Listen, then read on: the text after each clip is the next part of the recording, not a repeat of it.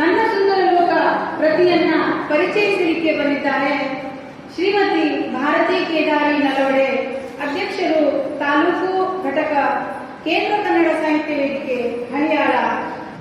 ಅಭಿವ್ಯಕ್ತಿಸಿದ ಅಂತರಾಳದ ಭಾವನೆ, ಅಭಿವ್ಯಕ್ತಿಸಿದ ಅಂತರಾಳದ ಭಾವನೆ, ಅದೇ ಸಾಕ್ಷಿಯ ಚಿಗುರುವ ಕಲ್ಪನೆ, ಅದೇ ಸಾಕ್ಷಿಯ ಚಿಗುರುವ ಕಲ್ಪನೆ. ಅನಾವರಣಗೊಂಡಿದೆ ಭಾವಗಳ ಸ್ಪಂದನೆ, ಅನಾವರಣಗೊಂಡಿದೆ ಭಾವಗಳ ಸ್ಪಂದನೆ. ಆಶೀರ್ವದಿಸಿ ಅವಳ ಸಾಧನೆಗೆ ಎಂಬುದೇ ನಿವೇದನೆ, ಆಶೀರ್ವದಿಸಿ ಅವಳ ಸಾಧನೆಗೆ ಎಂಬುದೇ ನಿವೇದನೆ. ಇದನ್ನು ನಾನು ಸಾಕ್ಷಿ ದೀಪಕ್ ಸಾಮಂತರಿಗೆ ಅಭಿನಂದನೆಯನ್ನು ಸಲ್ಲಿಸ್ತಾ ಇದ್ದೇನೆ. ಈಗ ನನ್ನ ಪಾಲಿಗೆ ಬಂದಂತಹ ಪಂಚಾಮೃತವಾದಂತಹ ನನ್ನ ಸುಂದರ ಲೋಕ ಶ್ರದ್ಧಾ ದೀಪಕ್ ಸಾಮಂತರ ಕೃತಿಯನ್ನ ಪರಿಚಯಿಸ್ತಾ ಇದ್ದೇನೆ. ಮುಗ್ಧ ಮನದ ಭಾವದೆಳೆಗಳ ಬಸೆದು, ಮುಗ್ಧ ಮನದ ಭಾವದೆಳೆಗಳ ಬಸೆದು, ಪ್ರೀತಿ ಕಾಳಜಿ ಸಹಕಾರಿಯ ಮೌಲ್ಯಗಳ ಬೆಸೆದು, ಪ್ರೀತಿ ಕಾಳಜಿ ಸಹಕಾರ ಮೌಲ್ಯಗಳ ಬೆಸೆದು ರಾರಾಜಿಸುತ್ತಿದೆ ಶ್ರದ್ಧಾಳ ಆಗಮನದಿ ಸಾರಸ್ವತ ಲೋಕ, ರಾರಾಜಿಸುತ್ತಿದೆ ಶ್ರದ್ಧಾಳ ಆಗಮನದಿ ಸಾರಸ್ವತ ಲೋಕ. ಲೋಕಾರ್ಪಣೆಗೊಳ್ಳುತ್ತಿದೆ ನನ್ನ ಸುಂದರ ಲೋಕ, ಲೋಕಾರ್ಪಣೆಗೊಳ್ಳುತ್ತಿದೆ ನನ್ನ ಸುಂದರ ಲೋಕ ಎಂಬಂತೆ ಇಂದು ಶ್ರದ್ಧಾ ದೀಪಕ್ ಸಾಮಂತ್ ಅವರ ಚೊಚ್ಚಲ ಕೃತಿಯಾದಂತಹ ನನ್ನ ಸುಂದರ ಲೋಕ ಎಂಬ ಪುಸ್ತಕ ಲೋಕಾರ್ಪಣೆಗೊಳ್ತಾ ಇದೆ. ಈ ಒಂದು ಕಾರ್ಯಕ್ರಮಕ್ಕೆ ವೇದಿಕೆ ಮೇಲೆ ಉಪಸ್ಥಿತರಿದ್ದಂತಹ ಹಾಗೂ ವೇದಿಕೆ ಮುಂದೆ ಆಸೀನರಾದಂತಹ ಸರ್ವರಿಗೂ ನನ್ನ ಹೃದಯ ತುಂಬಿದ ನಮಸ್ಕಾರಗಳನ್ನು ಹೇಳ್ತಾ ನನ್ನ ಪಾಲಿಗೆ ಬಂದ ಪಂಚಾಮೃತವಾದ ಪುಸ್ತಕ ಪರಿಚಯವನ್ನ ತಮ್ಮೆದುರಿಗೆ ಮಾಡ್ತಾ ಇದ್ದೇನೆ. ಯೋಗಿನಿ ಪ್ರಕಾಶನ ದಾಂಡೇಲಿ, ಕೇಂದ್ರ ಕನ್ನಡ ಸಾಹಿತ್ಯ ವೇದಿಕೆ ಜಿಲ್ಲಾ ಘಟಕ ಉತ್ತರ ಕನ್ನಡ, ಕನ್ನಡ ಸಾಹಿತ್ಯ ಪರಿಷತ್ತು ಉತ್ತರ ಕನ್ನಡ ಇವರ ಸಂಯುಕ್ತ ಆಶ್ರಯದಲ್ಲಿ ಇಂದು ಸಾಕ್ಷಿ ಹಾಗೂ ಶ್ರದ್ಧಾ ಈ ಎರಡು ಬಾಲ ಪ್ರತಿಭೆಗಳ ಪುಸ್ತಕ ಅನಾವರಣವನ್ನು ಹಮ್ಮಿಕೊಳ್ಳಲಾಗಿದೆ. ಇಂದು ನನ್ನ ಸುಂದರ ಲೋಕ ಈ ಪುಸ್ತಕದ ಪರಿಚಯ ಮಾಡ್ತಾ ಇದ್ದೇನೆ. ತಮ್ಮ ಗೊತ್ತಿದೆ, ಮಕ್ಕಳೆಂದರೆ ದೇವಲೋಕದ ಪುಷ್ಪಗಳು ಅನ್ನುತ್ತಾರೆ. ಯಾಕೆ? ಮಕ್ಕಳಲ್ಲಿ ನಿಷ್ಕಲ್ಮಶ ಮನಸ್ಸಿರ್ತದೆ, ಅವರು ಬಿಡಿ ಹಾಳೆ ಹಾಗೆ ಅವರ ಮನಸ್ಸು ಸ್ವಚ್ಛವಾಗಿರ್ತದೆ. ಇಂತಹ ಸ್ವಚ್ಛವಾದ ಮುಗ್ಧತೆಯ ಮನಸ್ಸಿನಲ್ಲಿ ಶ್ರದ್ಧಾ ತಾನು ಕಂಡು ಕೇಳಿದ ಅನುಭವಿಸಿದ ಪರಿಸರ ಪ್ರಕೃತಿಯಲ್ಲಿ ಅಂಶಗಳನ್ನ ಭಾವನೆ ಬಟ್ಟಿಡಿಸಿ ಅವುಗಳಿಗೆ ಅಕ್ಷರ ರೂಪ ನೀಡಿದ ರೂಪವೇ ಇವತ್ತು ಲೋಕಾರ್ಪಣೆಗೊಂಡಂತ ನನ್ನ ಸುಂದರ ಲೋಕ ಪುಸ್ತಕದ ಬಿಡುಗಡೆ. ತನ್ನ ಸುತ್ತಮುತ್ತಲಿನ ಸುಂದರ ನಿಸರ್ಗದಲ್ಲಿ ಜೀವಿಗಳ ಜೀವನ ಕುರಿತು ತನ್ನದೇ ಆದ ಕಾಲ್ಪನಿಕ ಲೋಕದ ಕವನಗಳು ತುಂಬಾ ಅರ್ಥಪೂರ್ಣವಾಗಿದ್ದು ಶೀರ್ಷಿಕೆಗೆ ಪೂರಕವಾಗಿವೆ. ತನ್ನ ಅರ್ಥಗರ್ಭಿತ ಪದಪುಂಜಗಳಿಂದ ಮನದಾಳದ ಭಾವಸೆಲೆಗಳನ್ನು ಪ್ರವಹಿಸಿ ಸಮಾಜಕ್ಕೆ ಸಂದೇಶ ನೀಡಿ ಬದುಕಿನ ಬೆಲೆಯನ್ನು ಕಟ್ಟಿಕೊಟ್ಟಿದ್ದಾರೆ. ಇನ್ನು ಮುಖಪುಟದ ಬಗ್ಗೆ ಹೇಳ್ಬೇಕಂದ್ರೆ ನೋಡಿ, ಬೇಕಾಗ್ತದೆ ಮುಖಪುಟ ಇದನ್ನು ಅತಿ ಸುಂದರವಾಗಿ ಕೇಶವ ಪಾಲೇಕರ್ ಅವರು ವಿನ್ಯಾಸವನ್ನ ಮಾಡಿದ್ದಾರೆ. ಹಾಗಾದ್ರೆ ನೋಡೋದಕ್ಕೆ ಅನಿಸ್ತದೆ, ನಾವು ಯಾವುದೇ ಪುಸ್ತಕವನ್ನು ಖರೀದಿ ಮಾಡಬೇಕಾದಾಗ ಫಸ್ಟ್ ನೋಡೋದೇ ನಾವು ಮುಖಪುಟ. ಹಾಗಾದ್ರೆ ಮುಖಪುಟದಲ್ಲಿ ಏನಿದೆ ಅಂತ ನೋಡಿ. ಹಾರ್ನಿ ಪಕ್ಷಿ, ಮಂಗಡೆ ಪಕ್ಷಿ ಅಂತ ಕನ್ನಡದಿಂದ ಹೇಳ್ತಾರೆ. ಈ ಪಕ್ಷಿ ಏನ್ ಮಾಡ್ತಾ ಇದೆ ನೋಡಿ, ತನ್ನ ಎರಡು ಮರಿಗಳಿಗೆ ತುಕ್ಕನ್ನು ನೀಡ್ತಾ ಇದೆ. ಹೌದಲ್ವಾ? ಆ ಎರಡು ಮರಿಗಳು ಸಾಕ್ಷಿ ಮತ್ತು ಶ್ರದ್ಧಾ. ಅಂದ್ರೆ ತಾಯಿಯ ಸಾಹಿತ್ಯದ ಒಂದು ಆಸಕ್ತಿ, ತಾಯಿಯ ಒಂದು ಶ್ರದ್ಧೆ, ಓದುವ ಸಂಸ್ಕೃತಿಯ ತುಕನ್ನು ಇವತ್ತು ದೀಪಾವಳಿ ಮೇಡಮ್ ಅವರು ಶ್ರದ್ಧಾ ಮತ್ತು ಸಾಕ್ಷಿಗೆ ನೀಡ್ತಾ ಇದ್ದಾರೆ ಅಂತ ಈ ಒಂದು ಚಿತ್ರ ನಿಮ್ಗೆ ಬಂದಲ್ಲಿ ಮಾಡಿಕೊಡ್ತಾ ಇದೆ. ಹಾಗಾದ್ರೆ ನಾವು ಮತ್ತೊಂದು ವಿಷಯ ಕಾಣ್ಬೋದು. ಏನಪ್ಪ, ಮೇಡಮ್ ಪಕ್ಷಿ ಕೂತ್ಕೊಂಡಿದ್ದಾರೆ, ಆರ್ಮಿ ಪಕ್ಷಿ ಇದು ಸುಮ್ಮನೆ ಒತ್ತೆ ಸ್ವತಂತ್ರವಾಗಿ ಕೂತ್ಕೊಂಡಿದೆ, ಏನ್ ಮಾಡ್ತಾ ಇದೆ ಅಂತಲ್ವಾ? ಹಾಗಾದ್ರೆ ದೀಪಾವಳಿ ಮೇಡಮ್ ಅವರು ನೋಡಿ, ಮನೆ ಮೊದಲ ಪಾಠ ಶಾಲೆ, ಜನನಿ ತಾನೇ ಮೊದಲ ಗುರು ಅಂತಾರೆ. ನಮ್ಮ ದೀಪಾವಳಿ ಮೇಡಮ್ ಅವರ ಒಂದು ಓದುವ ಸಂಸ್ಕೃತಿಯನ್ನ ಮಕ್ಕಳಿಗೆ ಪುಸ್ತಕವನ್ನು ನೀಡಿದ ಪ್ರಯುಕ್ತವಾಗಿ ಇವತ್ತು ಏನ್ ಮಾಡಿದ್ದಾರೆ ಗೊತ್ತಾ? ನಮ್ಮ ಶ್ರದ್ಧಾ ಹಾರ್ನಿನ್ ಪಕ್ಷಿ ಯಾವ ರೀತಿ ಸ್ವತಂತ್ರವಾಗಿ ಕೂತ್ಕೊಂಡಿದೆಯಲ್ಲ, ಅಂದ್ರೆ ಸ್ವತಂತ್ರವಾಗಿ ತನ್ನ ಚೊಚ್ಚಲ ಕೃತಿಯಾದಂತಹ ನನ್ನ ಸುಂದರ ಲೋಕ ಈ ಪುಸ್ತಕ ಬಿಡುಗಡೆಗೊಳಿಸ್ತಾ ಇವತ್ತವಳು ಸಾರಸ್ವತ ಲೋಕಕ್ಕೆ ಪಾದಾರ್ಪಣೆ ಮಾಡಿದ್ದಾಳೆ ಎನ್ನುವ ಸಂದೇಶವನ್ನ ಈ ಒಂದು ನಮ್ಮ ಪುಸ್ತಕದ ಮೇಡಮ್, ನಿಮ್ಮಂತ ತಂದೆ ತಾಯಿ ಮೇಡಮ್, ನಮ್ಮ ತಮಗೆಲ್ಲ ಗೊತ್ತಿದೆ, ಒಂದು ದೇಶದ ಪ್ರಗತಿಗೆ ಆರ್ಥಿಕ ಸಂಪನ್ಮೂಲ, ಸ್ವಾಭಾವಿಕ ಸಂಪನ್ಮೂಲ ಎಷ್ಟು ಮುಖ್ಯನೋ ಮಾನವ ಸಂಪನ್ಮೂಲ ಕೂಡ ತುಂಬಾ ಮುಖ್ಯ. ಅದಕ್ಕಿಂತ ತಂದೆ ತಾಯಿ ಇರೋದ್ರಿಂದ ನಮ್ಮ ದೇಶವನ್ನ ಉತ್ತಮ ಮಾನವ ಸಂಪನ್ಮೂಲವನ್ನಾಗಿ ನಾವು ಮಾಡಬಹುದು ಅನ್ನೋದಕ್ಕೆ ಇವರ ಪುಸ್ತಕ ಬಿಡುಗಡೆ ನಿದರ್ಶನ ಅಂತ ನಾನು ಇಲ್ಲಿ ಹೇಳಿ ಇಚ್ಛೆ ಪಡ್ತೇನೆ. ಹಾಗಾದ್ರೆ ಈ ಒಂದು ಪುಸ್ತಕದ ಬಿಡುಗಡೆಗೆ ಯಾವುದೇ ಒಂದು ಕೆಲಸ ಆಗಬೇಕಾದಾಗ ನಮ್ಮ ಬೆನ್ನು ತಟ್ಟಿ ಪ್ರೋತ್ಸಾಹಿಸೋದು ತುಂಬಾ ಉಪಯೋಗ ಆಗ್ತದೆ. ಯಾಕೆ ಹೇಳಿದ್ರೆ ಯಾವುದೇ ಒಂದು ಕೆಲಸ ಮಾಡಬೇಕಾದ್ರೆ ನಮಗೆ ಉತ್ಸಾಹ ಬರ್ತೈತಲ್ಲ, ಆ ಉತ್ಸಾಹ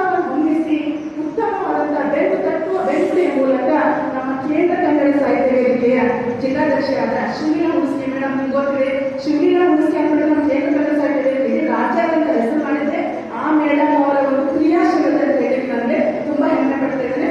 ಈ ರೀತಿಯಾಗಿ ನಮ್ಮ ಶಿವಲೀಲಾ ಮೇಡಮ್ ಅವರು ಎಲ್ಲ ಪ್ರತಿಭೆಗಳನ್ನ, ಮುಖ್ಯವಾಗಿ ನಾವು ಶ್ರದ್ಧೆಯನ್ನ ಅವ್ರು ಮೆಚ್ಕೊಂಡು, ನಮಗೆ ಗೊತ್ತಿರಬಹುದು ಲಾಕ್ಡೌನ್ ಅವಧಿಯಲ್ಲಿ ಸಾಹಿತ್ಯದ ಅಂತರ್ಜಾಲ ಆಧಾರಿತ ಸ್ಪರ್ಧೆಗಳಲ್ಲಿ ಅತಿ ಹೆಚ್ಚು ಬಹುಮಾನ ಪಡೆದವರಿಗೆ ಶ್ರದ್ಧಾ ದೀಪ ಸಾಮಂತ್, ಸಾಕ್ಷಿ ದೀಪ ಸಾಮಂತ್, ದೀಪಾಲಿ ದೀಪ ಸಾಮಂತ್. ಇಷ್ಟು ಖುಷಿ ಆಗ್ತಾ ಇದ್ದಾರೆ ಮೇಡಮ್, ಎಲ್ಲಿದ್ದೀರಿ ಅವರ ಸರ್ಟಿಫಿಕೇಟ್ ಅಂತೇಳಿ ನಾವು ತುಂಬಾ ಹೇಳ್ತಾ ಇದ್ದೀನಿ. ಹಾಗಾದ್ರೆ ನಾವು ಶಿವಲೀಲಾ ಮೇಡಮ್ ಅವರಿಗೆ ಹೇಳ್ತಾರಪ್ಪ ಅಂತ ಹೇಳಿದ್ರೆ, ಇವಳ ಬೆನ್ನುತಟ್ಟುವಂತ ನುಡಿಯಾಗಿ ಸಂಬಂಧಗಳ ಬೆಸುಗೆ ನೇತ್ರಗಳಿಗೆ ನಿಂತಿದ್ದನ್ನು ಪ್ರಾಮಾಣಿಕವಾಗಿ ಬರೆದಿದ್ದಾಳೆ ಶ್ರದ್ಧಾ. ಇದರಲ್ಲಿ ಭಕ್ತಿಯ ಸಾಗರ ಆ ಪುಟ್ಟ ಹೃದಯದಲ್ಲಿ ಮನೆ ಮಾಡಿ ಕವಿತೆಯ ಭಾಗವಾಗಿದ್ದು ತುಂಬಾ ವಿಶೇಷ ಅಂತ ಶಿವಲೀಲಾ ಮೇಡಮ್ ವ್ಯಕ್ತಪಡಿಸ್ತಾರೆ. ಮನೆ ಮೊದಲ ಪಾಠಶಾಲೆ, ಜನನಿ ತಾನೇ ಮೊದಲ ಗುರು, ತಾಯಿಯ ಕನ್ನಡ ಅಭಿಮಾನ, ಪುಸ್ತಕಗಳನ್ನು ಶ್ರದ್ಧೆಯಿಂದ ಓದಿಸುವಲ್ಲಿ ಇಲ್ಲಿ ಪಾಲಕರ ಶ್ರಮ ಸಾರ್ಥಕವಾಗಿದೆ ಅಂತ ಹೇಳಿ ನಾನು ಇಚ್ಛೆ ಪಡ್ತಾ ಇದ್ದೀನಿ. ಹಾಗೆ ಶಿವಲೀಲಾ ಮೇಡಮ್ ಅವರು ಮುಂದುವರೆದು ಹೇಳ್ತಾರೆ ಏನಂತ ಹೇಳಿದ್ರೆ, ಈ ರೀತಿಯಾಗಿ ನಮ್ಮ ಸಾಕ್ಷಿ ಶ್ರದ್ಧಾ ಸಾಹಿತ್ಯ ಪ್ರಪಂಚಕ್ಕೆ ಬಾಲ ಪ್ರತಿಭೆಯಾಗಿ ಪ್ರವೇಶ ಪಡಿತಾ ಇರೋದು ತುಂಬಾ ಹೆಮ್ಮೆಯ ಸಂಗತಿ. ಸಾಕ್ಷಿ ಕೂಡ ಬರೆದಿದ್ದಾರೆ ಅಂತ ಸರ್ ಹೇಳಿದ್ದಾರೆ. ಹಾಗಾದ್ರೆ ಕನ್ನಡ ಸಾರಸ್ವತ ಲೋಕದ ಎಲ್ಲ ದಿಗ್ಗಜರ ಆಶೀರ್ವಾದ ಇರಲಿ. ಸುಕೋಮಲ ಮನಸ್ಸು ಆಗ ತಾನೇ ಗೂಡು ಬಿಟ್ಟ ಹಕ್ಕಿಯಂತೆ ಪುಟ್ಟ ರೆಕ್ಕೆಗಳಿಂದ ಸ್ವತಂತ್ರವಾಗಿ ನಮ್ಮ ಸಾಹಿತ್ಯದ ಬಾಣಗಳಲ್ಲಿ ಹಾರ್ತಾ ಇದೆ. ಈ ಒಂದು ಪಕ್ಷಿಯ ಪಯಣ ಯಶಸ್ವಿಯಾಗಲಿ. ಈ ಸುಂದರ ಲೋಕದ ಮಕರಂದದ ಸರಿಯು ನಮಗೆಲ್ಲರೂ ಗುಣಪಡಿಸುತ್ತಾ ಶ್ರದ್ಧಾ ನೆಚ್ಚಿನ ನಾಡಿನ ಕಣ್ಮಣಿಯಾಗಿ ಬೆಳೆಯಲಿ ಎಂದು ಅವರಿಗೆ ಒಂದು ಸದಾಶಯವನ್ನ ಶಿವಲೀಲಾ ಮೇಡಮ್ ಅವರು ವ್ಯಕ್ತಪಡಿಸಿದ್ದಾರೆ. ಹಾಗೆ ಬೆನ್ನುಡಿಯ ನಂತರ ನಮಗೆ ಒಂದು ಮುಂದೆ ಬರುವಂತಹ ಒಂದು ವಿಷಯ ಏನಪ್ಪ ಅಂತ ಹೇಳಿದ್ರೆ ಅರ್ಪಣೆ. ಹಾಗಾದ್ರೆ ನಾವು ರಚಿಸಿದ ಈ ಒಂದು ಪ್ರೀತಿಯ ಕೃತಿಯನ್ನ ನಮ್ಮ ಶ್ರದ್ಧಾ ಮೇಡಮ್ ಅವರು ತಮ್ಮ ಕುಲದೇವರಾದಂತಹ ನಾಗೇಶ್ವರಿ ದೇವಿ ಅವರಿಗೆ ತಮ್ಮ ಚೊಚ್ಚಲ ಕವನವನ್ನ ಅರ್ಪಣೆ ಮಾಡಿದ್ದಾರೆ. ನಾಗೇಶ್ವರಿ ದೇವಿ ಅವರಿಗೆ ಇನ್ನೂ ಹೆಚ್ಚಿನ ಕೃತಿಯನ್ನು ತರಲಿಕ್ಕೆ ಶಕ್ತಿ ನೀಡುವಂತವರನ್ನು ನಾನು ಹಾರೈಸ್ತೇನೆ. ಅದೇ ರೀತಿ ಪ್ರಕಾಶಕರಲ್ಲಿ ನಮಗೆ ಗೊತ್ತಿದೆ, ಯೋಗಿನಿ ಪ್ರಕಾಶಕಾರಿಯಲ್ಲಿ ಮೊಟ್ಟ ಮೊದಲ ಬಾರಿಗೆ ಸಂಚಾಲಕರಾದಂತಹ ದೀಪಕ್ ಮೇಡಮ್ ಹಾಗೂ ದೀಪಕ್ ನಾರಾಯಣ್ ಸಾಮಂತ್ ಇವರಿಬ್ಬರು ದಂಪತಿಗಳು ಇದರ ಸಂಚಾಲಕರಾಗಿ ಇವತ್ತು ಚೊಚ್ಚಲ ಕೃತಿಯಾದಂತಹ ನಮ್ಮ ಶ್ರದ್ಧಾಳ ಚೊಚ್ಚಲ ಕೃತಿಯಾದಂತಹ ನನ್ನ ಸುಂದರ ಲೋಕ ಇದನ್ನ ಮೊಟ್ಟ ಮೊದಲಾಗಿ ಅತ್ಯುತ್ತಮವಾಗಿ ಪ್ರಕಟಣೆ ಮಾಡಿದ್ದಾರೆ. ಅವರ ಆಶಯ ಏನಂದ್ರೆ, ಬಾಲ್ಯದಲ್ಲಿ ಬರವಣಿಗೆಯನ್ನು ಹವ್ಯಾಸವಾಗಿ ಇಟ್ಕೊಂಡಂತಹ ನಮ್ಮ ಶ್ರದ್ಧಾ ಸಾಹಿತ್ಯ ಕೃಷಿಗೆ ತೊಡಗಿ ಸೃಜನಶೀಲತೆಯ ಒಂದು ರೂಪವನ್ನ ಪಡೆದಂತಹ ಈ ಒಂದು ಪುಸ್ತಕದ ಅನ್ನವನ್ನ ಇನ್ನು ಹಲವಾರು ಉತ್ತಮ ವಿಚಾರಗಳು ಅಡಕವಾಗಿವೆ. ಅದ್ಭುತ ಪದಪುಂಜಗಳಿಂದ ಹೊಸದ ಕವನ ಸಂಕಲನ ಪ್ರಕಟಿಸಲು ತುಂಬಾ ಹರ್ಷ ಆಗ್ತಾ ಇದೆ. ಇವರಿಂದ ಇನ್ನೂ ಹೆಚ್ಚು ಕೃತಿಗಳು ಪ್ರಕಟವಾಗಲಿ ಅಂತ ಅವರು ಕೂಡ ಸದಾಶಯವನ್ನ ಬಳಸ್ತಾ ಇದ್ದಾರೆ ಮೇಡಮ್. ಹಾಗೆ ಅದನ್ನ ನಾನು ಕೂಡ ಬಯಸ್ತೇನೆ. ಮುನ್ನುಡಿ ನಮ್ಗೆಲ್ಲ ಗೊತ್ತಿದೆ. ಮುನ್ನುಡಿ ಅಂದ್ರೆ ಏನಪ್ಪಾ? ಬಾಳ ನಡೆಗೆ ಆಶೀರ್ವಾದದ ನನ್ನುಡಿ, ಸಾಧನೆಗೆ ಪ್ರೇರಣೆಯ ಚೆನ್ನುಡಿ, ಬಾಳ ಪ್ರತಿಭೆಯ ಮನದಾಳದ ನುಡಿ, ಪ್ರೋತ್ಸಾಹಿಸಿದೆ ಪಯಣದ ಯಶಸ್ಸಿಗೆ ಮುನ್ನುಡಿ ಎಂಬಂತೆ ಇಂದು ಕುಮಾರ ಶ್ರದ್ಧಾ ದೀಪಕ್ ಸಾಮಂತರ ನನ್ನ ಸುಂದರ ಲೋಕ ಇದಕ್ಕೆ ಪ್ರೇರಣಾ ಮುನ್ನುಡಿಯನ್ನು ಭಾವಪೂರ್ಣವಾಗಿ ಬರೆದವರು ನಮ್ಮ ಕೇಂದ್ರ ಸಾಹಿತ್ಯ ಸಂಸ್ಥಾಪಕ ಅಧ್ಯಕ್ಷರಾದಂತಹ ಕೊಟ್ಟೇಶ್ವರ ಸರ್. ಅವರು ಹೇಳ್ತಾರೆ, ಸಿದ್ದಯ್ಯ ಪುರಾಣಿಕರು ಹೇಳುವ ಹಾಗೆ ಪರಮತ್ತ ಅರಣ್ಯವಾಗುತ್ತದೆ, ಕೊನೆ ಹೊತ್ತ ಬಾಳವಾಗುತ್ತದೆ, ತೆನೆ ಹೊತ್ತ ದಂಡುವಾಗುತ್ತದೆ. ಅದರಂತೆ ನಮ್ಮೊಳಗಿನ ನಿರ್ದಿಷ್ಟ ಜ್ಞಾನ ವಿಕಾಸವಾಗಿ ತನ್ನ ಮನವಾಗಬೇಕಾದರೆ ನಾವು ಹಿರಿಯರ ಕಾರ್ಯವನ್ನು ಹಾಗೂ ಸಮಕಾಲೀನ ಕಾರ್ಯವನ್ನು ಅಧ್ಯಯನ ಮಾಡಬೇಕೆನ್ನುವ ಸಲಹೆಯನ್ನು ಕೂಡ ನೀಡುತ್ತಾರೆ. ಅಷ್ಟೇ ಅಲ್ಲ, ಶ್ರದ್ಧಾ ವಯಸ್ಸಿಗೆ ಮೀರು ಜೀವನ ಅನುಭವವನ್ನು ತನ್ನ ಒಂದು ಕವನದಲ್ಲಿ ವ್ಯಕ್ತಪಡಿಸ್ತಾಳೆ ಅಂತ ನಮ್ಮ ಪಟ್ಟಶುಭ ಸರ್ ಅವರು ಕೂಡ ಅವಳ ಹೃದಯ ಸ್ಪರ್ಶಿ ನಮನಗಳನ್ನು ಸಲ್ಲಿಸ್ತಾ ಅವಳ ಕವನಗಳು ಎಲ್ಲ ಕಾಲಘಟ್ಟಗಳಲ್ಲೂ ಕೂಡ ಹಾದು ಹೋಗ್ತವೆ ಎಂದು ಹೇಳಿದ್ದಾರೆ. ಅದೇ ರೀತಿಯಾಗಿ ಈ ಒಂದು ಕವನದಲ್ಲಿ ಬರುವಂತಹ ಪ್ರತಿಕಾರರ ಒಂದು ಪರಿಚಯವನ್ನ ಮಾಡಿದ್ದಾರೆ ಶ್ರೀ ಡಾಕ್ಟರ್ ಅರವಿಂದ್ ಶಾನ್ಬಾ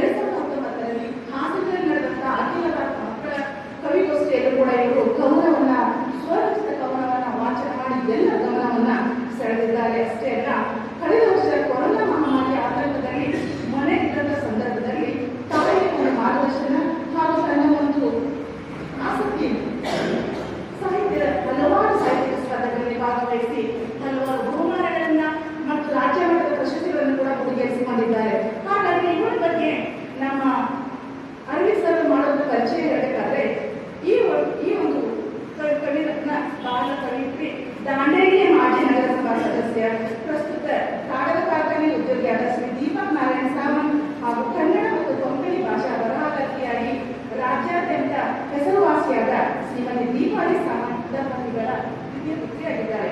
ಶ್ರದ್ಧಾ 7ನೇ ತರಗತಿಯ ವಿದ್ಯಾರ್ಥಿನಿಯಾಗಿದ್ದು ದಾಂಡೇಲಿಯ ಕೇಂದ್ರ ಲೇಖಲ್ ಶಾಲೆಯಲ್ಲಿ ಅಂಗಮಾಧ್ಯಮದಲ್ಲಿ ಕಲಿತಾ ಇದ್ದಾಳೆ. ಶ್ರದ್ಧಾ ಚಿತ್ರಕಲೆ, ಗಾಯನ, ನೃತ್ಯ, ಕಥೆ ಹೇಳುವುದು, ಆಶುಭಾಷಣ ಹಾಗೂ ಸಾಹಿತ್ಯದ ಎಲ್ಲ ಪ್ರಕಾರಗಳಲ್ಲೂ ತನ್ನದೇ ಆದ ಛಾಪನ್ನ ಮೂಡಿಸಿದ್ದಾಳೆ. ಅಷ್ಟೇ ಇಲ್ಲ, ಅವಳು ಶಿಕ್ಷಕ ದಿನಾಚರಣೆಗಳನ್ನು ಹಾಡಲು ಬರೆದಿದ್ದವಳು.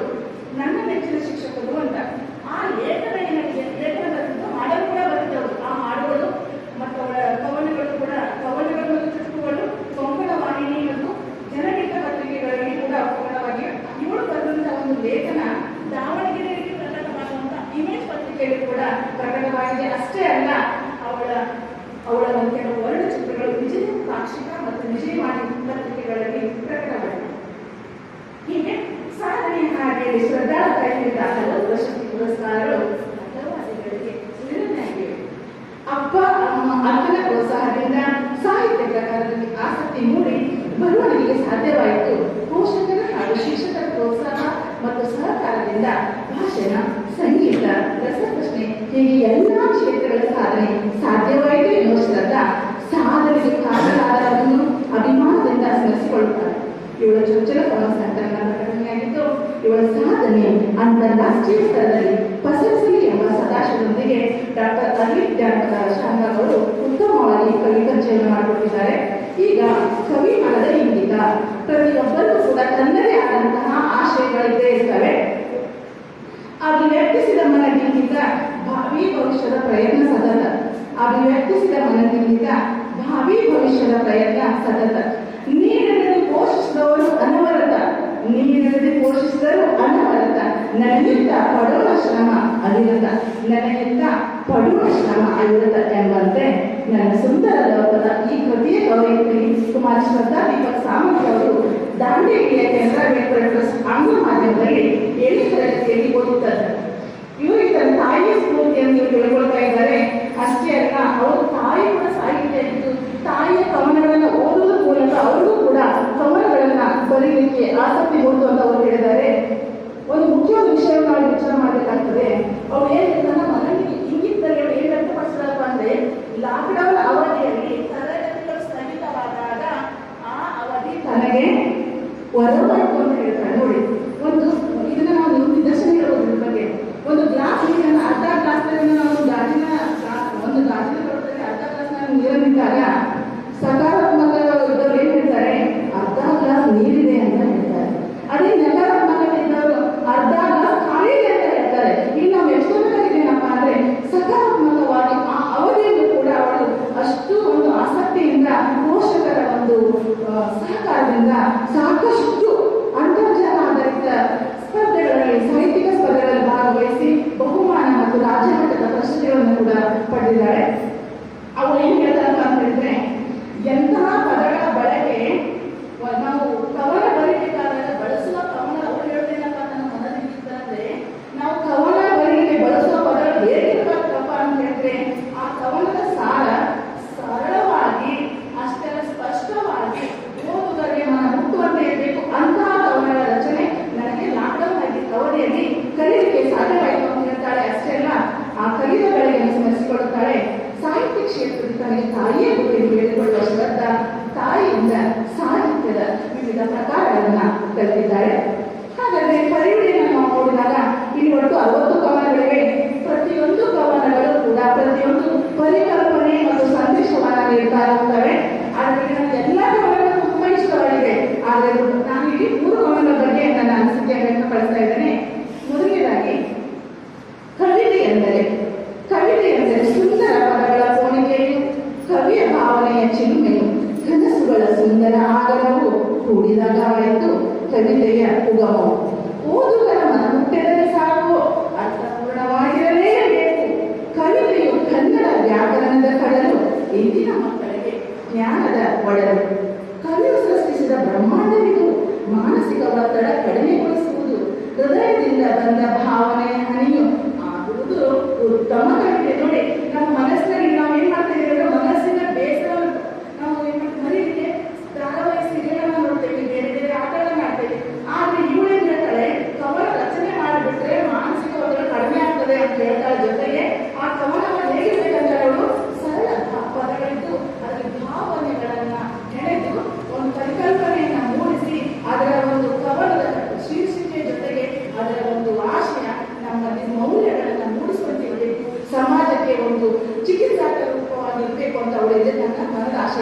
ವ್ಯಕ್ತಪಡಿಸ್ತಾಳೆ. ಹಾಗೆ ನನಗೆ ಇಷ್ಟವಾದ ಇನ್ನೊಂದು ಕವನ ಏನಂದ್ರೆ, ನನ್ನ ಸುಂದರ ನೋಡಿ, ಮುಗ್ಧ ಮನದ ಮಗುವಿನಲ್ಲಿ ಯಾವ ರೀತಿ ಭಾವನೆ ಇರ್ತದೆ. ನನ್ನ ಸುಂದರ ಲೋಕ, ನಾನೇನಾದ್ರೂ ಇಲ್ಲಿ ಇದ್ದೆ, ಮೋಜುಮಸ್ತಿ ಮಾಡ್ತಿದ್ದೆ, ಶಾಲೆ ಇಲ್ಲ ಪಾಠವಿಲ್ಲ, ಅಲ್ಲಿಂದ ಇಲ್ಲಿಗೆ ಓದುತ್ತಿದ್ದೆ, ಆಡುತ್ತಿದ್ದೆ. ಅವಳೇನ್ ಹೇಳ್ತಾ ಗೊತ್ತಾ, ನಾನು ಇಲ್ಲಿ ಆಗಿದ್ದೆ, ನಾನು ಹುಡುಗಿ ಆಗಿದ್ದೆ ಈಗ, ನಾನು ಅವ್ರ ಕಲ್ಪನೆ ನೋಡಿ, ನನ್ನ ಸುಂದರ ಲೋಕದಲ್ಲಿ ಕಲ್ಪನೆ ಏನ್ ಮಾಡ್ಕೊಂಡವಳು, ನಾನು ಇಲ್ಲಿ ಆಗಿದ್ದೆ ಏನ್ ಮಾಡ್ತಿದ್ದೆ ಗೊತ್ತಾ, ಮೋಜು ಮಸ್ತಿ ಮಾಡ್ತಿದ್ದೆ, ಶಾಲೆಗೆ ಹೋಗುದಿಲ್ಲ, ಪಾಠ ಕೇಳೋದಾಗಿದ್ದೆ, ಇಲ್ಲಿದ್ದಾಗಲೇ ಅಲ್ಲಿ ಓಡಾಡ್ತಾ ಇದ್ದೆ. ನಾನೇನಾದ್ರೂ ಸಿಂಹವಿದ್ದೆ, ಕಾಡಿನ ರಾಜನಾಗುತ್ತಿದ್ದೆ, ನಾನೇನಾದ್ರೂ ಸಿಂಹ ನೋಡಿ. ಅವ್ರ ಕಲ್ಪನೆ ನೋಡಿ, ಕಲ್ಪನೆಯಲ್ಲಿ ಅವ್ರ ಪಾತ್ರಗಳನ್ನ ನೋಡಿ, ಪಾತ್ರಗಳ ಜವಾಬ್ದಾರಿ ತಗೊಂಡು ಹೇಗೆ ಚೆನ್ನಾಗಿ ಇರ್ತಿಲ್ಲ ಅಂದ್ರೆ, ನಾನೇನಾದ್ರೂ ಸಿಂಹ ಇದ್ದೆ, ಕಾಡಿನ ರಾಜನಾಗುತ್ತಿದ್ದೆ, ಒಂದು ಕಾಡನ್ನು ಆಡುತ್ತಿದ್ದೆ, ಆದ್ರೆ ನಾನು ಗಿಳಿಯೂ ಅಲ್ಲ, ಸಿಂಹವೂ ಅಲ್ಲ, ಸಾಧಾರಣ ಮನುಷ್ಯ ನೋಡಿ. ಅವಳ ಕಲ್ಪನೆಯಲ್ಲಿ ಅವಳ ಜವಾಬ್ದಾರಿಗಳನ್ನ, ಕಾಡನ್ನ ಆಳ್ತಾ ಇದ್ದೆ ಅನ್ನುವಂತ ಒಂದು ಜವಾಬ್ದಾರಿನ ಇಷ್ಟು ಚಿಕ್ಕ ಮಗು ತನ್ನ ಒಂದು ಯಾವ ರೀತಿಯಾಗಿ ವಿಶ್ಲೇಷಣೆ ಮಾಡ್ತಾ ಇದೆ ಅನ್ನೋದಕ್ಕೆ ತುಂಬಾ ತುಂಬಾ ಹೆಮ್ಮೆ ಅನಿಸ್ತಾ ಇದೆ. ಅದೇ ರೀತಿಯಾಗಿ ಸಾಕಷ್ಟು ಕವನಗಳು ಕೂಡ ಒಂದಕ್ಕೆ ಒಂದು ಅನರ್ಧ ರತ್ನಗಳಿದ್ದಾವೆ. ಅದರಲ್ಲಿ ಮತ್ತೊಂದು ಕವನ ನಾವು ಓದ್ತಾ ಇದ್ದೀವಿ ನೋಡಿ. ರೈತ ಶ್ರಮವನ್ನು ಮಾಡುತ್ತಾ ದುಃಖವನ್ನು ನುಂಗುತ್ತಾ ಬೆಳೆಸಲಿ ಚಿನ್ನವನ್ನು ನೋಡಿ. ಶ್ರಮ ಪಡ್ತಾರೆ, ಶ್ರಮದ ಗೌರವ ಅವಳಿಗೆ ಗೊತ್ತಾಯ್ತು. ಈಗ ಈ ಕವನ ರಚನೆ ಮಾಡುವ ಮೂಲಕ ದುಃಖವನ್ನು ನುಂಗುತ್ತಾ ಕಷ್ಟಪಟ್ಟರು ಕೂಡ ತನ್ನ ಕರ್ತವ್ಯ ತಾನೇ ಮಾಡಬೇಕಲ್ಲ ಅನ್ನೋ ರೀತಿ ತಮ್ಮ ಮನಸ್ಸನ್ನು ತಾನೇ ಸಂತೈಸಿಕೊಂಡು ಬೆಳೆಸಲಿ ಚಿನ್ನವನ್ನು, ಬೆಳೆಯನ್ನು ಬೆಳಿತಾನೆ, ಹೊಲವನ್ನು ಉಳುತ್ತಾ ಬೆಳೆಗಳ ಬೆಳೆಸುತ್ತಾ ಕೃಷಿ ಮಾಡುವ ಕೃಷಿಕನು ಹೊಲವನ್ನು ಉಳ್ತಾನೆ, ಬೆಳೆಗಳನ್ನ ಬೆಳೆಸ್ತಾನೆ, ಕೃಷಿಗೆ ತನ್ನ ಜೀವನದ ಉದ್ಯೋಗವನ್ನ ಮಾಡಿ ಜೀವನವನ್ನ ಮಾಡ್ತಾನೆ. ಹಗಲು ರಾತ್ರಿ ದುಡಿಯುವಾತ ಅನ್ನ ನೀಡುವ ರೈತ, ಹಗಲು ರಾತ್ರಿ ದುಡಿಯುವಾತ ಅನ್ನ ನೀಡುವ ರೈತ, ಜಗಕ್ಕೆ ಮಾಡಲಿ ತಮಗೆಲ್ಲ ಗೊತ್ತಿದೆ. ಅನ್ನದಾತ ಒಕ್ಕಲಿಂದ ನೌಕರರಿಗೆ ಬಿಕ್ಕುವುದು ಜಗವೆಲ್ಲ ಅಂತಾರೆ. ಅನ್ನದಾತ ಇಲ್ಲಾಂದ್ರೆ ಹಗಲು ರಾತ್ರಿ ಕಷ್ಟಪಟ್ಟು ಅವನು ಅನ್ನ ಬೆಳೆದಿದ್ರೆ ನಾವು ದುಡ್ಡು ತಿನ್ಲಿಕ್ಕೆ ಸಾಧ್ಯ ಇತ್ತಾ? ಇಲ್ಲ, ಅನ್ನವೇ ಬೇಕಲ್ವಾ ಎಲ್ಲರೂ ಅಂತ ಒಂದು ಪ್ರಾಮಾಣಿಕ ಕೆಲಸವನ್ನ ನಮ್ಮ ಅನ್ನದಾತ ಮಾಡ್ತಾನೆ. ಅತಿವೃಷ್ಟಿ ಆಗುತ್ತಾ ಅನಾವೃಷ್ಟಿ ಆಗುತ್ತಾ ಬಡವರಿಂದ ಕಷ್ಟ, ಮಳೆ ಹೆಚ್ಚಾದ್ರೂ ಕಷ್ಟಪಡ್ತಾನೆ, ಮಳೆ ಕಡಿಮೆ ಆದ್ರೂ ಕಷ್ಟಪಡ್ತಾನೆ. ಆ ಮಗುವಿನ ಒಂದು ಭಾವ ಭಿತ್ತಿಯಲ್ಲಿ ಯಾವ ರೀತಿಯಾಗಿ ಪರಿಕಲ್ಪನೆ ಮೂಡಿದೆ, ಕಷ್ಟಪಡ್ತಾನೆ. ಹೆಚ್ಚಾದ ಮಳೆ ಬೇಕಂತಾರೆ, ಹೆಚ್ಚಾದ್ರೂ ಕಷ್ಟ, ಮಳೆ ಕಡಿಮೆ ಆದ್ರೂ ಕಷ್ಟ. ಅನ್ನದಾತನೂ ಈತ, ಭಾರತದ ಬೆನ್ನೆಲುಬು ರೈತ ನೋಡಿ, ನಮ್ಮ ದೇಶದ ಬೆನ್ನೆಲುಬು ರೈತ ಅಂತ ಹೇಳ್ತಾರೆ. ಆ ಒಂದು ಭಾವನೆ ಈ ಮಗುವಿನ ಸ್ಥಿತ ಮನಸ್ಥಿತಿಯಲ್ಲಿ ಅಚ್ಚೊತ್ತಿ ನಮ್ಮ ರೈತ ಸಂಸ್ಕೃತಿಯನ್ನ, ಶ್ರಮ ಸಂಸ್ಕೃತಿಯನ್ನ ಇಲ್ಲಿ ನೆನಪಿಸಿದೆ ಅಂತ ಹೇಳ್ಬೋದು. ರೈತ ನಿನಗೆ ಗೌರವಿಸುತ್ತ ನಿನಗೆ ನಾವು ಆಗುತ್ತಾ ನಮಿಸ್ತೇವೆ, ನಿನ್ನ ನಾವು ನಿನ್ನ ಒಂದು ಅನ್ನದಾತನಿಂದ ನಿನ್ನ ಒಂದು ಕೈಕರ್ಯವನ್ನ ನೆನೆಸ್ತಾ ನಿನ್ನೆ ನಮಿಸ್ತೇವೆ ಅಂತ ಇಲ್ಲಿ ಹೇಳ್ತಾರೆ. ಈ ರೀತಿಯಾಗಿ ಒಟ್ಟು 60 ಕವನಗಳಿಗೆ ದಯವಿಟ್ಟು ಈ ಬಾಲ ಪ್ರತಿಭೆಯನ್ನ ಪ್ರೋತ್ಸಾಹಿಸಿ ದಯವಿಟ್ಟು ಪುಸ್ತಕವನ್ನು ಎಲ್ಲರೂ ಕೊಂಡುಕೊಂಡು ಹೋಗ್ರಿ. ಕೊಂಡುಕೊಂಡು ಹೋದಾಗ ಅವಳಿಗೂ ಕೂಡ ಏನಾಗ್ತದೆ, ಸ್ವಲ್ಪ ಪ್ರೋತ್ಸಾಹ ಸಿಗ್ತದೆ. ಮತ್ತು ಅವಳುಗಳು ತನ್ನ ಮಟ್ಟಕ್ಕೆ ಯಾವ ಒಂದು ಸಂದೇಶವನ್ನು ಕೊಟ್ಟಿಲ್ಲ ಅಂದ್ರೆ ನಾ ಎಲ್ಲ ಹೇಳ್ಬಿಟ್ರೆ ನೀವು ಪುಸ್ತಕ ತಗೊಳ್ಳೋದಿಲ್ಲ. ಅತಿ ಉತ್ತಮವಾದಂತಹ ಕವನಗಳಿದ್ದಾವೆ, ಪ್ರತಿಯೊಂದು ಒಂದೊಂದು ಮೌಲ್ಯವನ್ನು ತಿಳಿಸ್ತಾ ಇದ್ದಾವೆ. ಅದೇ ರೀತಿಯಾಗಿ ಈಗ ಅವಳಿಗೆ ನಾನು ಒಂದು ಚಿಕ್ಕ ಸಾಕ್ಷಿ ಮತ್ತು ಶ್ರದ್ಧಾಳಿಗೆ ಒಂದು ಚಿಕ್ಕ ಚುಟುಕಿನ ಮೂಲಕ ನಾನು ಶುಭ ಹಾರೈಕೆ ವ್ಯಕ್ತಪಡಿಸ್ತಾ ಇದ್ದೀನಿ. ಸಾಹಿತ್ಯ ಲೋಕಕ್ಕೆ ಪಯಣಿಸಿದೆ ಮುದ್ದು ಪ್ರತಿಭೆಗಳು, ಸಾಹಿತ್ಯ ಲೋಕಕ್ಕೆ ಪಯಣಿಸಿವೆ ಮುದ್ದು ಪ್ರತಿಭೆಗಳು, ಮಾತ್ರ ಸಂಸ್ಕಾರದಲ್ಲಿ ಸಾರಸ್ವತ ಲೋಕ ಬೆಳಗುವ ಪ್ರಭೆಗಳು, ಮಾತ್ರ ಸಂಸ್ಕಾರದಲ್ಲಿ ಸಾರಸ್ವತ ಲೋಕವನ್ನು ಬೆಳಗುವ ಪ್ರಭೆಗಳು. ಕಲ್ಪನೆಯ ಚಿಗುರಿನಲ್ಲಿ ಕನಸುಗಳ ಸುಂದರ ಲೋಕ, ಕಲ್ಪನೆಯ ಚಿಗುರಿನಲ್ಲಿ ಕನಸುಗಳ ಸುಂದರ ಲೋಕ, ಪರಿಶ್ರಮದಿ ರಾರಾಜಿಸುತ್ತಿದೆ ಸಾರಸ್ವತ ಲೋಕ, ಪರಿಶ್ರಮದಿ ರಾರಾಜಿಸುತ್ತಿದೆ ಸಾರಸ್ವತ ಲೋಕ. ದಣಿವರಿಯದ ಚೈತನ್ಯದ ಚಿಲುಮೆಯಂತೆ, ದಣಿವರಿಯದ ಚೈತನ್ಯದ ಚಿಲುಮೆಯಂತೆ, ಮಾನವೀಯ ಮೌಲ್ಯಗಳ ಸಂದೇಶದ ಒಲುಮೆಯಂತೆ, ಮಾನವೀಯ ಮೌಲ್ಯಗಳ ಸಂದೇಶದ ಒಲುಮೆಯಂತೆ. ಪ್ರಜ್ವಲಿಸಲಿ ನಿಮ್ಮ ಮುಂದಿನ ಬಾಳದೀಪ, ಪ್ರಜ್ವಲಿಸಲಿ ನಿಮ್ಮ ಮುಂದಿನ ಬಾಳದೀಪ. ನೀವೆಂದು ನಿಷ್ಕಲ್ಮಶ ಕಂಡೇ ನಿಮ್ಮಲ್ಲಿ ದೇವರ ರೂಪ, ನೀವೆಂದಿಗೂ ನಿಷ್ಕಲ್ಮಶ ಕಂಡೇ ನಿಮ್ಮಲ್ಲಿ ದೇವರ ರೂಪ. ಹರಿದು ಬರಲಿ ಸಾಹಿತ್ಯ ಕೃತಿಗಳ ಮಾಲಿಕೆ, ಹರಿದು ಬರಲಿ ಸಾಹಿತ್ಯ ಕೃತಿಗಳ ಮಾಲಿಕೆ. ಪ್ರಶಸ್ತಿ ಪುರಸ್ಕಾರ ದೊರೆತು ವಿಜೃಂಭಿಸಲಿ ಕನ್ನಡ ವೇದಿಕೆ, ಪ್ರಶಸ್ತಿ ಪುರಸ್ಕಾರಗಳು ದೊರೆತು ವಿಜೃಂಭಿಸಲಿ ನಿಮ್ಮಿಂದ ಕನ್ನಡದ ವೇದಿಕೆ. ರಾಷ್ಟ್ರ ಅಂತಾರಾಷ್ಟ್ರ ಮಟ್ಟದಲ್ಲಿ ಬೆಳಗಲಿ ನಿಮ್ಮ ಕೀರ್ತಿ ಪತಾಕೆ, ರಾಷ್ಟ್ರ ಅಂತಾರಾಷ್ಟ್ರ ಮಟ್ಟದಲ್ಲಿ ಬೆಳಗಲಿ ನಿಮ್ಮ ಕೀರ್ತಿ ಪತಾಕೆ. ರಾರಾಜಿಸಲಿ ನಿಮ್ಮ ಸಾಧನೆಯಿಂದ ಕರುನಾಡಿನ ವಿಜಯ ಪತಾಕೆ, ರಾರಾಜಿಸಲಿ ನಿಮ್ಮ ಸಾಧನೆಯಿಂದ ಕರುನಾಡಿನ ವಿಜಯ ವಿಜಯ ಪತಾಕೆ. ಆತ್ಮಸಾಕ್ಷಿಯಲ್ಲಿ ಪ್ರಾಮಾಣಿಕ ಶ್ರದ್ಧೆಯ ಕನ್ನಡ ಸೇವೆ. ಆತ್ಮಸಾಕ್ಷಿಯಲ್ಲಿ ಪ್ರಾಮಾಣಿಕ ಶ್ರದ್ಧೆಯ ಕನ್ನಡ ಸೇವೆ. ನೀಡುವುದೆಂದಿಗೂ ನಿಮ್ಮ ಉತ್ತಮ ಭವಿಷ್ಯಕ್ಕೆ ಹಾರೈಸೋಣ ನಾವೇ. ನೀಡುವುದೆಂದಿಗೂ ನಿಮ್ಮ ಉತ್ತಮ ಭವಿಷ್ಯಕ್ಕೆ ಹಾರೈಸೋಣ.